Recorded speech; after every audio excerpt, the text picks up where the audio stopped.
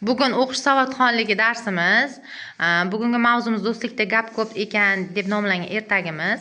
Lekin biz o'quvchilar bilan uyga vazifani takrorlab olmoqchimiz. Shuning uchun choy ichamiz metodini qo'llaymiz.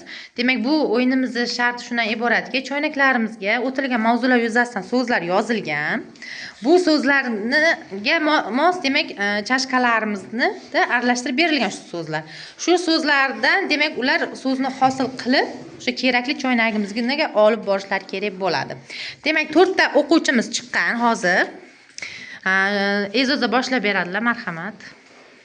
Bu so'zimiz demak Hamadon choynagimizga to'g'ri keladi. Hamadon deb yozilgan choynakka to'g'ri keladi. Xo'p, Dilso'z.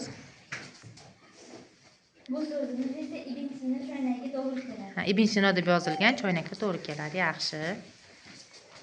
Marjona.